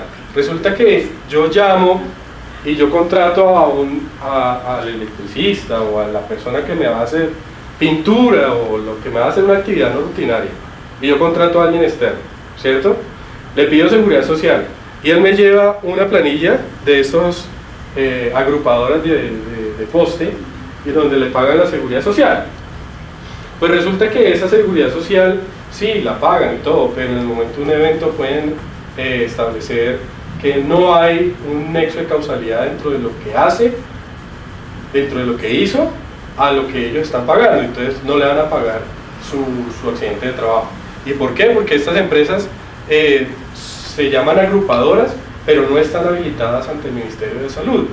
Y resulta que estas agrupadoras las pueden sancionar hasta por 5.000 salarios mínimos legales vigentes en el caso de que encuentren uno. y a la persona o a la asociación, a la institución que recibió esa seguridad social pirata, ¿sí? De poste, la multan hasta como 500 salarios mínimos. 500 salarios mínimos, estamos hablando de más o menos 370 millones de pesos como multa, por contratar a una persona que venía con una seguridad social de poste, ¿sí? A eso se refiere que, y esa sanción está implícita en esta resolución nueva de la 1111. No contratar con agrupadoras de poste. Cada vez que yo quiera contratar a un independiente, tiene que estar debidamente contratado o pagando la seguridad social por una agrupadora que esté registrada ante el Ministerio de Salud, y yo puedo consultar esta agrupadora en la página del Ministerio. Las fases de implementación, rápidamente. La evaluación inicial va del 1 de junio a agosto de 2017. Es decir, me están dando el plazo de la fase donde yo apenas voy a hacer la evaluación inicial, ¿sí? Tengo plazo hasta agosto para que todos tengan esa evaluación inicial. Que de septiembre a diciembre de 2017 van a tener el plan de mejoramiento, es decir, yo qué voy a hacer y qué voy a implementar para que ese sistema de gestión se monte. La ejecución de enero de 2017 a diciembre, perdón, de enero a diciembre de 2018. Yo voy a ejecutar todo eso que planeé. Que de enero a marzo de 2019 voy a hacer seguimiento y plan de mejora, y que la inspección y la vigilancia la voy a hacer de abril de 2019 en adelante.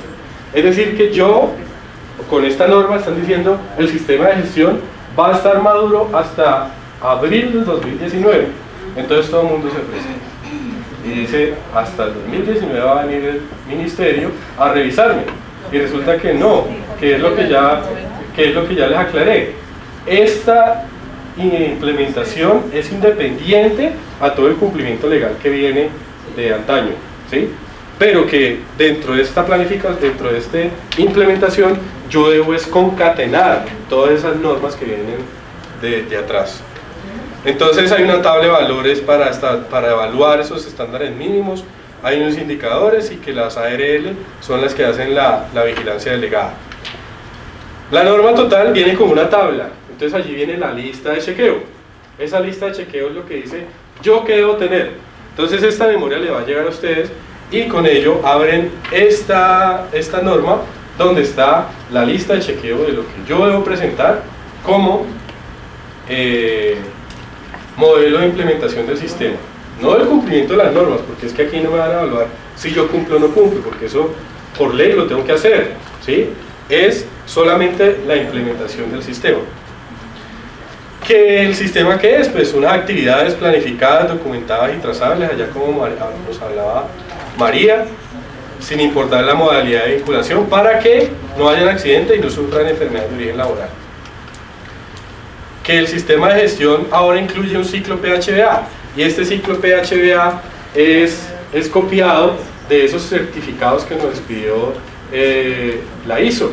Entonces en la certificación de ISO 9001 yo tengo este ciclo PHBA, que en la certificación ambiental y en la certificación de OSAS también yo tengo ese PHBA.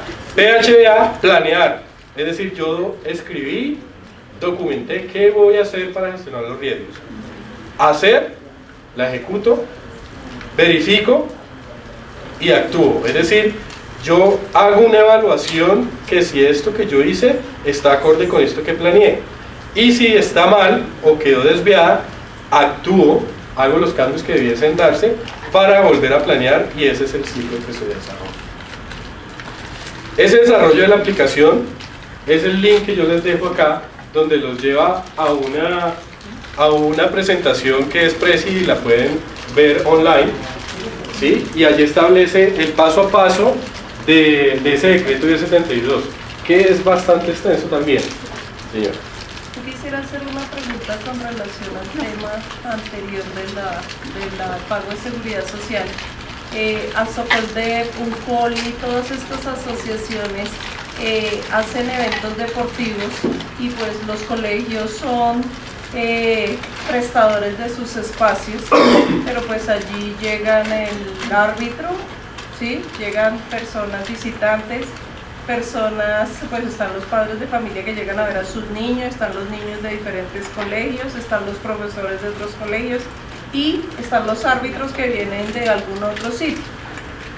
¿En qué forma como colegios hacemos un alcance de ese sistema hasta allá? ¿Qué responsabilidades? Porque todos tenemos algo que llama Emermédica y unas pólizas de cubrimiento, ¿sí? A nivel de Emermédica, tanto internas, institucionales, como las que ofrece UNCOLI y ASOCOLDEP, todas estas entidades. Frente a un sistema de gestión, ahí, ¿cuál es el alcance que se tiene? Resulta que todo esto? El plan de gestión está encaminado solo a la gestión de trabajadores. Es decir que en el evento de una actividad recreativa, entonces van los docentes acompañando sus estudiantes. En ese caso, la ARL les va a dar cobertura a los docentes, como en el caso de que llegase un evento fortuito indeseado. Para los estudiantes, pues cada institución tiene su seguro todo riesgo, como se llame, ¿cierto? Donde les da cobertura a esos muchachos en el caso de un evento dentro de las instalaciones, y es más, creo que el alcance es hasta fuera de ellas, ¿cierto? Para los papás y los árbitros, habría que establecer ese nexo de contratación de quién está contratando sus árbitros, ¿sí? Si ASOCOLDEP como organizador está contratando los árbitros, pues ASOCOLDEP debe incluir dentro de su sistema de gestión que esos árbitros tengan su seguridad social como independientes o estén agremiados de alguna manera, ¿sí? En una escuela de árbitros, no sé, pero que ellos cumplan con eso mínimo que es el pago de la seguridad social. Y enviarnos a nosotros, ya aquí estoy verificando, porque una de las situaciones del sistema es verifique. Usted tiene que verificar todo, si no, pues ahí está el tema. Desde que estén en sus predios, pues usted ya está ahí corresponsable frente a cualquier situación. Entonces, sí sería bueno que de pronto pues, se tuviera en cuenta esto para estas asociaciones, que nos pudieran enviar y uno también no ponerse a revisarles también esa parte de planillas que tienen. Primero tú y luego la doctora. Ahí serviría mucho, pienso yo, que es lo que es el manual de contratistas. Porque ellos pasarían a ser contratistas, por ejemplo, con ASOCOLDEP o si uno está jurando en el colegio y uno hace el contrato con los jurados, con los árbitros, ahí pasaría a pasar el manual de contratistas. Correcto. Ahí dentro del sistema establece la parte donde yo voy a contratar personal externo, entonces yo primero les evalúo. Antes de traerlo, yo le pido todos los soportes, que es lo que hablamos de tu caso, ¿cierto? En el caso de un árbitro, pues él no va a tener un certificado contenido de altura ni nada de esas cosas, ¿cierto? Pero hay que establecer y dejar por escrito qué le voy a pedir al señor, ¿sí? Porque es que él tiene una profesión donde está corriendo y él tiene que tener un certificado de aptitud que esa actividad que está haciendo no le afecta a su salud, porque él está exponiéndose a unos temas cardiovasculares. Entonces, a los deportistas, o mejor, a aquellas personas, lo digo por experiencia propia, en una institución donde desarrollan campeonatos, pues el deportista tiene que tener un certificado de aptitud con énfasis en deportista, no con énfasis en sentado en el computador, ¿sí? Eso es por un deportólogo, toda la cuestión, donde me van a decir, ese muchacho no le va a dar un infarto jugando, por ejemplo. Doctora. Pero puede pasar. Sí, casualmente está muy bien lo que dice aquí Amanda. Porque por eso, por ejemplo, yo voy a hablar de mi caso personal. Aquí se contratan las empresas de arbitraje y ellos tienen que presentarnos la Cámara de Comercio, todo lo de ley, porque es mejor para fiscales que contratar a una persona independiente. No, ya sí, completamente independiente, pero con todo lo de ley. Yo quería hacer una pregunta. Claro, los docentes, el rango es 1, ¿cierto? Para la ARL está en 1. Pero el docente de educación física o el entrenador que tiene que estar saliendo del colegio a acompañar a sus chicos a otros colegios, ¿no estaría como en el caso de servicios generales que un mensajero en 3? No. Como es una actividad no rutinaria, yo lo que puedo hacer es informar a la ARL en esas actividades no rutinarias para que le dé cobertura específica. Entonces, como eso se hace cada, no sé, cada 6 meses, si es muy periódico, si ya es rutinario, entonces sí yo pido una reclasificación. Nosotros cuando estamos en torneos hay docentes que salen 2 veces a la semana o todos los días. No, entonces hay que pedir la reclasificación también del docente porque Pero lo que pasa se convierte es que en una actividad del docente. Pero no es él una va a actividad estar... rutinaria. Pero es que después de 2 días a la semana ya eso es rutinario. Sí, Pero pero es no que mes. él no va a estar, No es perdón, constante. él no va a estar como en la actividad de mensajería fuera del colegio, Todo no, el él No, va... si es... son unas horas. Ah, bueno, si eso va a ser por un mes en la semana, por un mes en el año, que va a salir durante 2 veces en la semana, solo por ese mes, entonces yo le hago un correo a la ARL. Señores ARL, el señor fulanito con cédula tal va a desarrollar las actividades de manera no rutinaria, saliendo, desplazándose, y porque ya se convierte en accidente de trabajo que está en representación de la educación. Entonces, Con permiso. yo le voy a decir a la ARL que yo le di permiso y que yo lo estoy enviando. y Entonces hace con parte de eso, sus funciones, y con eso yo estoy, y es más, si la ARL es una de esas que son malitas, entonces es mejor un radicado.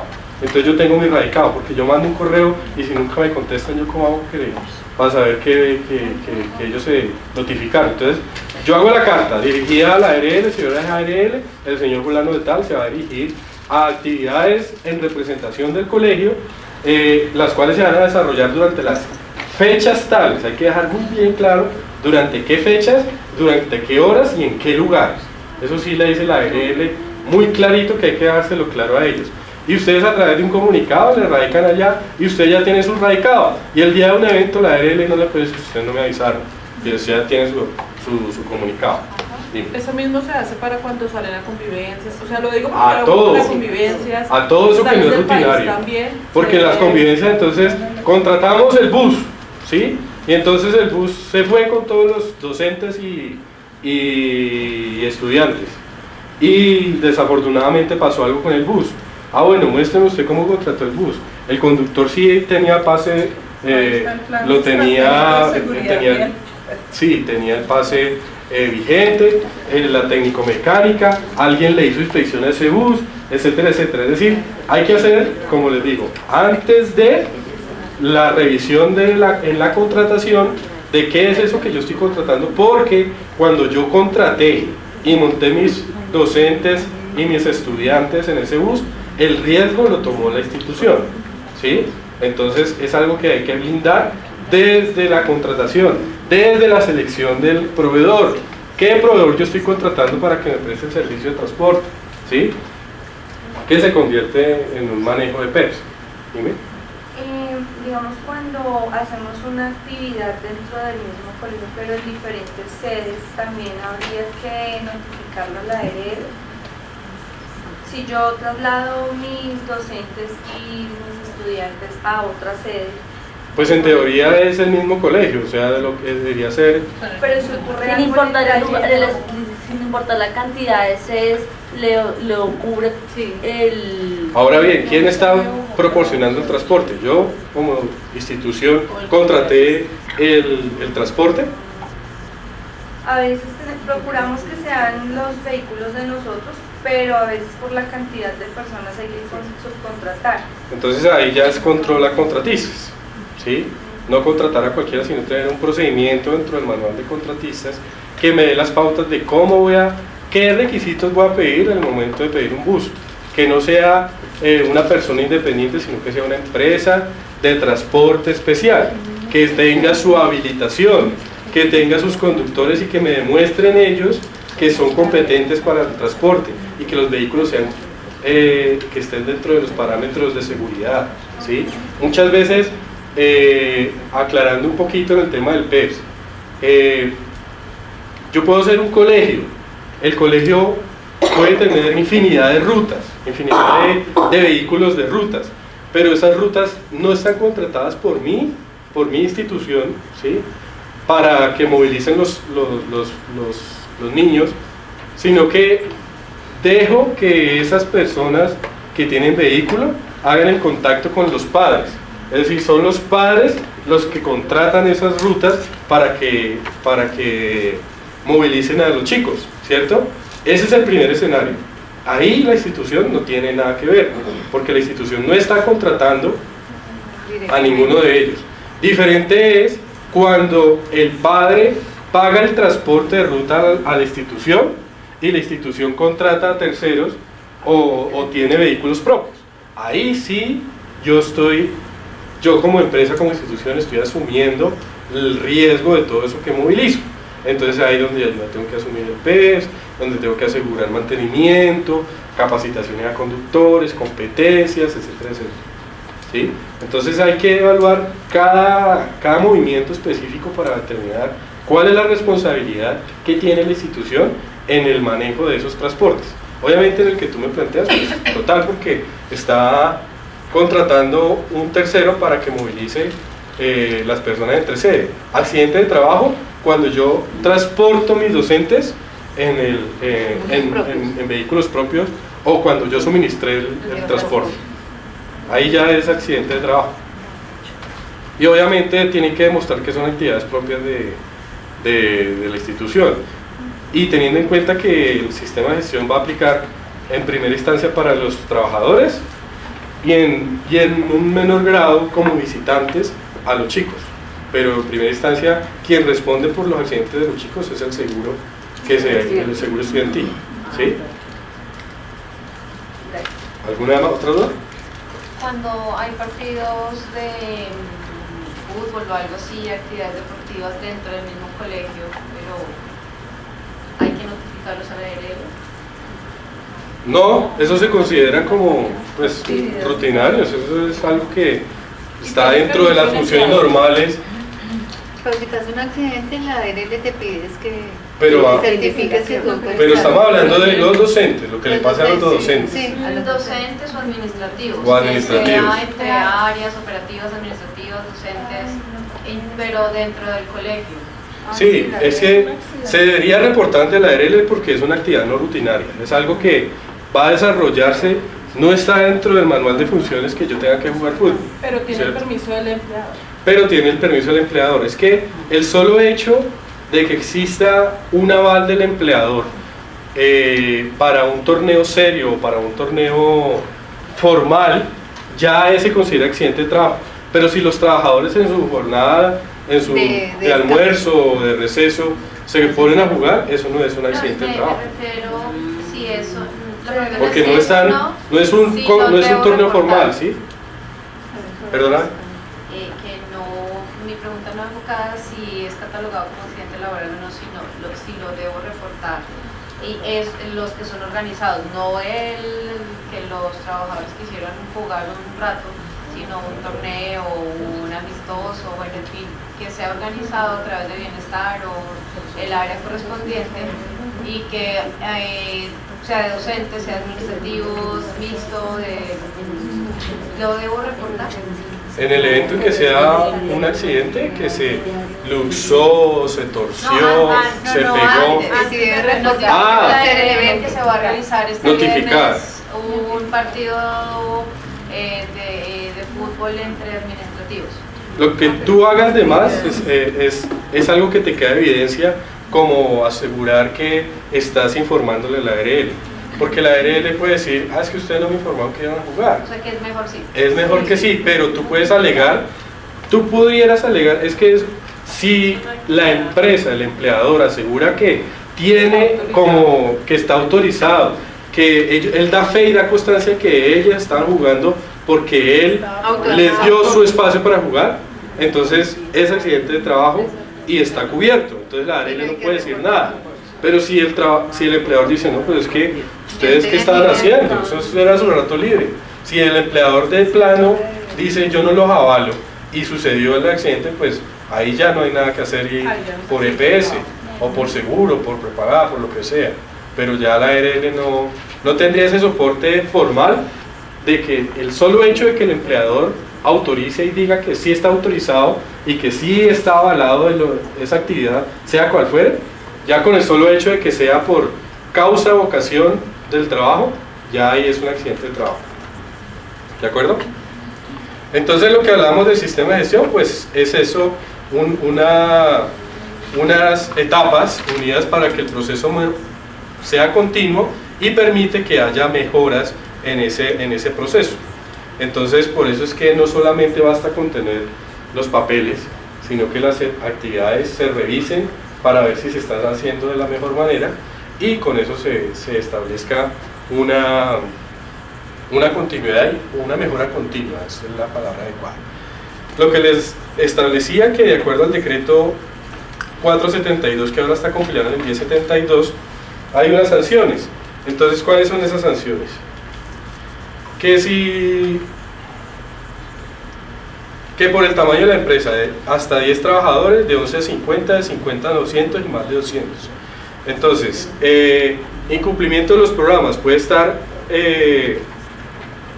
expuesta a una sanción entre 1 y 5 salarios, entre 6 a 20, entre 21 y 100 y 101 a 500.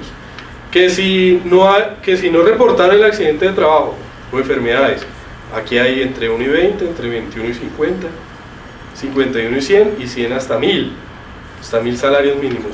Y que si una persona fallece, pueden multar en este mismo rango y si hay reincidencia cierran el establecimiento, o sea, si vuelve a haber otro accidente de trabajo.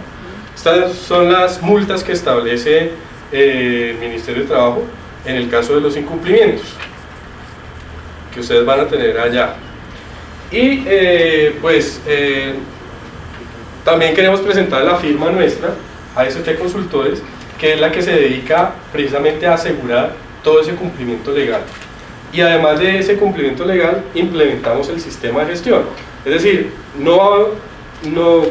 con nuestro apoyo, con nuestra asesoría, no vamos a esperar hasta en abril de 2019 para tener un sistema de gestión, sino que mientras que aseguramos toda esa normatividad legal que se debe cumplir, de una vez implementamos el sistema y lo dejamos listo para una auditoría por parte del Ministerio.